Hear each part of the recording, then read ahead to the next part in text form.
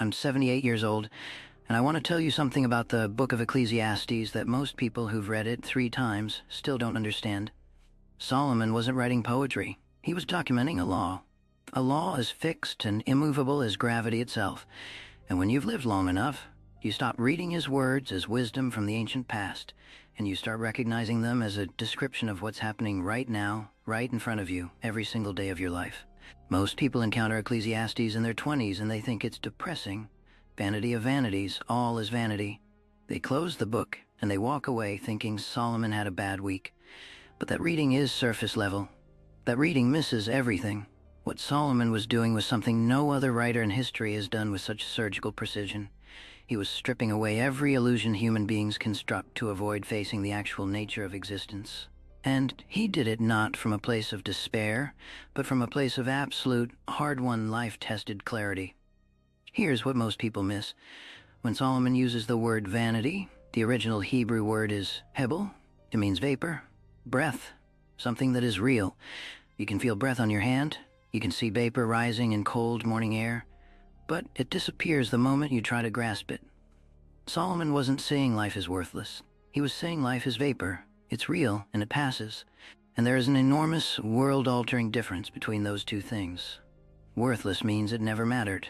Vapor means it mattered completely, and it didn't stay.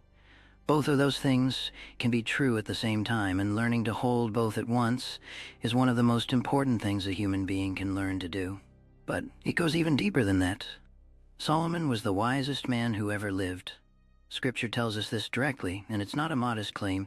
He had wealth that makes modern billionaires look modest. He had power, influence, knowledge, 1,000 relationships, palaces, vineyards, gardens, achievements that spanned decades and continents. He built things that people still talk about thousands of years later, and he sat down and wrote, "I have seen all the works that are done under the sun, and behold, all is vanity and grasping for the wind." He didn't write that because he was bitter or broken. He wrote it because he had run every single experiment. He had tested every theory about where satisfaction lives, and he was reporting the results with the honesty of a scientist who found something most people spend their entire lives refusing to accept. When you're young, you believe the next milestone will be the one that finally settles something deep inside you. You believe that when you reach a certain level of security or love or recognition or accomplishment, the restlessness will quiet down. The searching will end. Solomon tried every version of that bargain. He scaled every mountain a human being can scale, and from the summit of each one, he looked around and found the same wind blowing. Not nothing. The mountains were real. The climbing was real. The views from the top were extraordinary. But the thing he thought would be waiting for him up there was not there. It was never there. It was always somewhere slightly ahead, always at the next summit, always in the next season of life. Now here's where it gets truly profound. Solomon doesn't stop at disillusionment, because if Ecclesiastes were only about disillusionment, it would be the most useless book ever written. The deeper message, the one that lives underneath all the repetition of vanity, is this: the vapor nature of things is not a flaw in creation, it is the design. It is working exactly as intended. And once you accept the design instead of spending your life fighting it, something extraordinary becomes available to you. There's a season for everything, a time to be born and a time to die, a time to plant and a time to uproot, a time to mourn and a time to dance. Most people quote these verses at weddings and funerals without understanding what Solomon was actually teaching in them. He was not offering comfort. He was describing structure. He was teaching that time is not linear the way we experience it emotionally. We experience time as if we are supposed to hold on to things, as if losing what we love is a malfunction of the universe, a bug in the system that shouldn't be there. Solomon was saying, no. The losing is built in. The releasing is built in. The grief is built in alongside the joy, not as joy's enemy, but as its companion, its context, the thing that gives joy its weight and meaning in the first place. This is where living 78 years teaches you things that no book, no matter how wise, can fully prepare you for. I have watched people I loved become old. I have watched the things I was certain about slowly reveal their contingency. I have seen people who spent their entire lives building careers, building reputations, building elaborate structures of certainty, sit at the end of those lives and realize, with stunning clarity, that they spent their years in a contest that didn't ask their permission before it concluded. And the contest wasn't rigged against them. The contest was always going to end this way. Solomon saw this clearly. One generation passes away, and another generation comes. The river runs to the sea, and the sea is never full. The sun rises and the sun sets, and it hurries back to where it rises. Everything is cycling. Nothing is holding still and waiting for you to be ready. And here's the real power in what Solomon discovered beneath all of that. He found that the man who understands this, truly understands it, not just intellectually as an interesting philosophical idea, but in his bones, in the way he moves through his days, is freed. He is freed from the tyranny of outcomes. He is freed from the exhausting, life-consuming project of constructing a permanent self out of impermanent materials. Because that project, the project of building something that will last forever, something that will prove your worth conclusively, something that will finally quiet that restless voice inside that keeps asking whether any of it matters, that project is the source of most human suffering, not the circumstances themselves. The project, the relentless, unconscious project of permanence. Solomon writes, "There's nothing better for a person than to eat and drink and find enjoyment in their work." And people have called this conclusion simple. People have looked at this after all that profound philosophical analysis, after all the testing, all the searching, all the honest accounting, and they've called it anticlimactic. They are deeply wrong. This is the most radical conclusion in human history.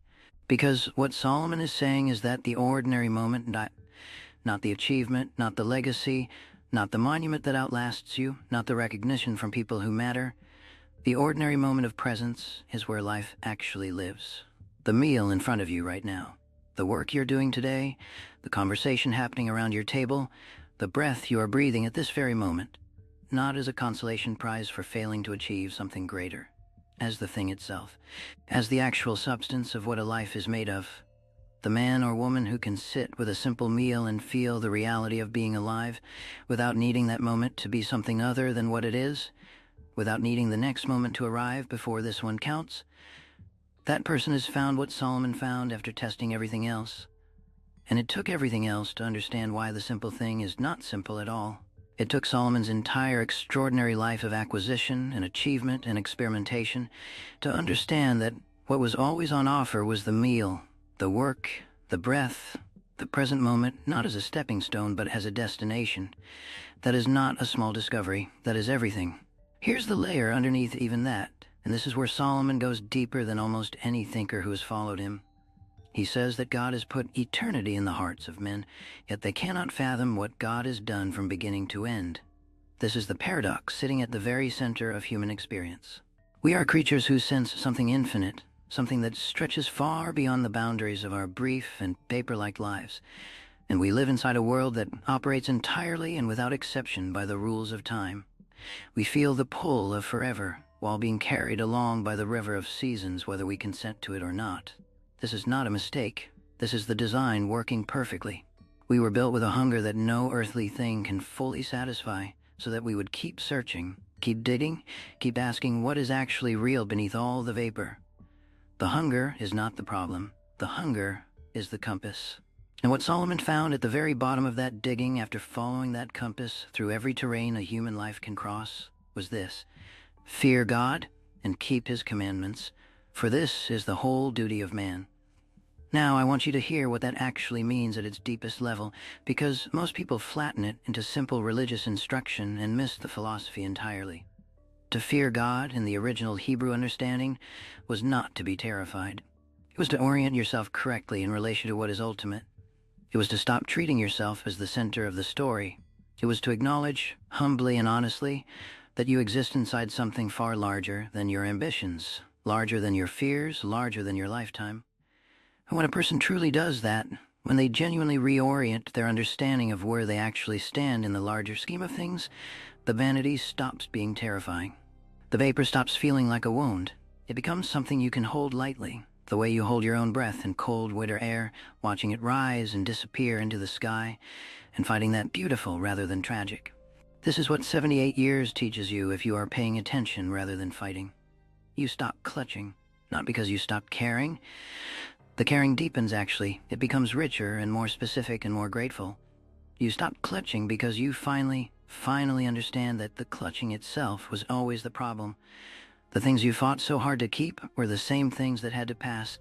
The losses you thought would break you became the ground of your deepest understanding of what life actually is. Every person who walked out of your life, every door that closed when you were certain it should open, every plan that dissolved just when you'd invested everything in it.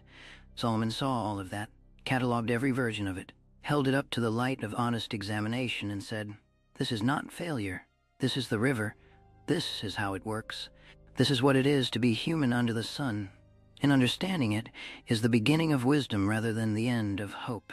The practical power of this, lived out day to day, is more significant than most people can imagine until they've actually experienced it. When you genuinely absorb what Solomon is teaching at the level where it changes your behavior, you stop deferring your life. You stop waiting for the conditions to improve before you allow yourself to be fully present. You stop treating the current moment as merely an obstacle on the way to the real moment that's always coming but never quite arriving. Because you understand at last that the real moment is always this one, the work directly in front of you, the people standing beside you right now, the breath moving through your body in this present instant. And you bring to those things the full, undivided weight of your attention. Not because you've given up on more, but because you finally understand that more was always a story you were telling yourself to avoid sitting still inside what was already here. This, right here, is what was always on offer. This is what Solomon found at the end of every road, in every season, after every experiment concluded. And he handed it to us in a book and said, "I have checked everywhere else. I have checked with more thoroughness than any human being before or after me. You can trust me on this one. Start here. The vapor is real, and while it lasts, it is enough.